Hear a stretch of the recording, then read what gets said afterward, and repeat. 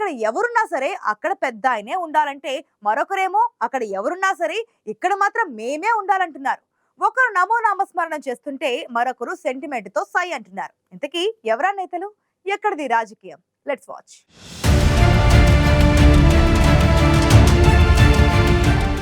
తెలంగాణ అంతటా ఓ political wave ఉంటే కరీంనగర్ లో గాలి మరోలా వీస్తోందట. పార్లమెంట్ ఎన్నికలలో ఓ నాయకుడు సెంటిమెంట్ ని ఫాలో అవుతున్నారట. కరీంనగర్ ఓటర్లు ఎంపీగా వరుసగా ఒక్కరికి పట్టం కట్టడం లేదు. దాన్ని దృష్టిలో పెట్టుకుని ఆ సెంటిమెంట్ కాన్సెప్ట్ ని ఫాలో అవుతున్నారట బీఆర్ఎస్ అభ్యర్థి బోయినపల్లి వినోద్ కుమార్. ఒకసారి విజయం, మరోసారి అపజయం. సరే బేసి ఆయన పొలిటికల్ సీక్రెట్ అని బీఆర్ఎస్ నేతల టాక్. 2014లో విజయం సాధించిన వినోద్ 2019లో ఓటమి పాలయ్యారు. దీంతో తిరిగి ఈ ఎన్నికల్లో విజయం తనదేననే ధీమాతో ఉన్నారట వినోద్. గురూజీ రామ్ నారాయణ్ జీ ప్రపంచ ప్రఖ్యాత జ్యోతిష్యులు ఇప్పుడు మన హైదరాబాద్ లో ఎటువంటి సమస్యలకైనా తక్షణ పరిష్కారం చేయబడును. సంప్రదించండి 96651137 9000004357.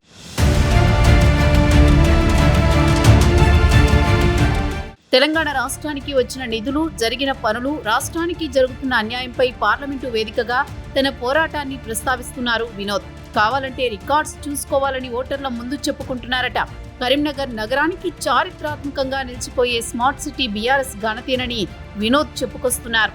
అంతేకాకుండా కొండగట్టు ఆలయానికి 100 ఎకరాల భూమిని కేటాయించడమే కాకుండా కరీంనగర్లో మినీ తిరుపతి ఆలయాన్ని నిర్మిస్తున్నామని, అసలైన భక్తి తమకే ఉందని వినోద్ పదే పదే చెప్తున్నారు. Warangal to Nizamabad via Karimnagar highway, ఇలా ఉమ్మడి కరీంనగర్ జిల్లాలో నీళ్లు, నిధులు, ఇతర అభివృద్ధి పనులన్నీ తాను ఎంపీగా ఉన్నప్పుడే జరిగాయని, 5 ఏళ్లుగా కరీంనగర్కి బండి సంజయ్ ఏం చేశారో చెప్పాలని బీజేపీ అభ్యర్థిపై ప్రశ్నల వర్షం కురిపిస్తున్నారు వినోద్ కుమార్.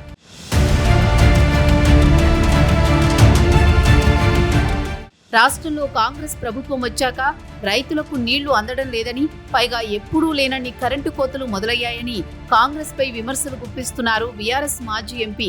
తెలంగాణ రైతాంగానికి న్యాయం జరగాలన్నా, ప్రజల గొంతు వినిపించాలన్నా తమను పార్లమెంటుకు పంపించాలన్నది వినోద్ స్లోగన్. ఢిల్లీలో ఎవరున్నా తెలంగాణలో బీఆర్ఎస్ ఎంపీలే ఉండాలని కోరుతున్నారు వినోద్ కుమార్. బీఆర్ఎస్ వాదన అలా ఉంటే బీజేపీ శ్రేణులు మాత్రం 6 నెలలుగా వాల్ రైటింగ్ పోస్టర్లతో ప్రచార యుద్ధం చేస్తున్నారు. గల్లీలో ఎవరున్నా పర్లేదు కానీ ఢిల్లీలో మాత్రం మోదీ ఉండాలంటూ స్పీచ్లు దంచుతున్నారు. ఔర్ ఏక్ బార్ మోదీ సర్కార్ అంటూ ప్రచారంలో దూసుకుపోతున్నారట కమలనాథులు.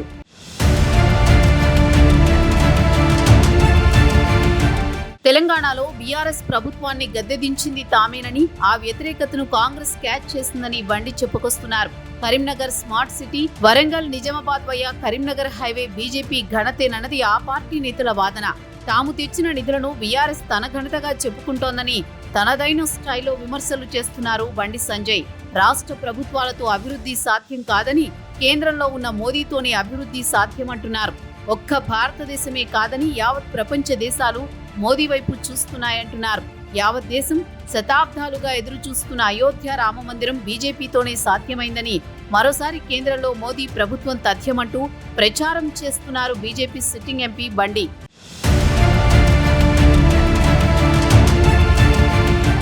కరీంనగర్లో బీఆర్ఎస్ బీజేపీ విమర్శలు, ప్రతి విమర్శలతో రాజకీయ వాతావరణాన్ని వేడెక్కిస్తుంటే ఓటర్ల తీర్పు ఎలా ఉండబోతోందన్న ఉత్కంఠ అంతకంతకు పెరుగుతోంది.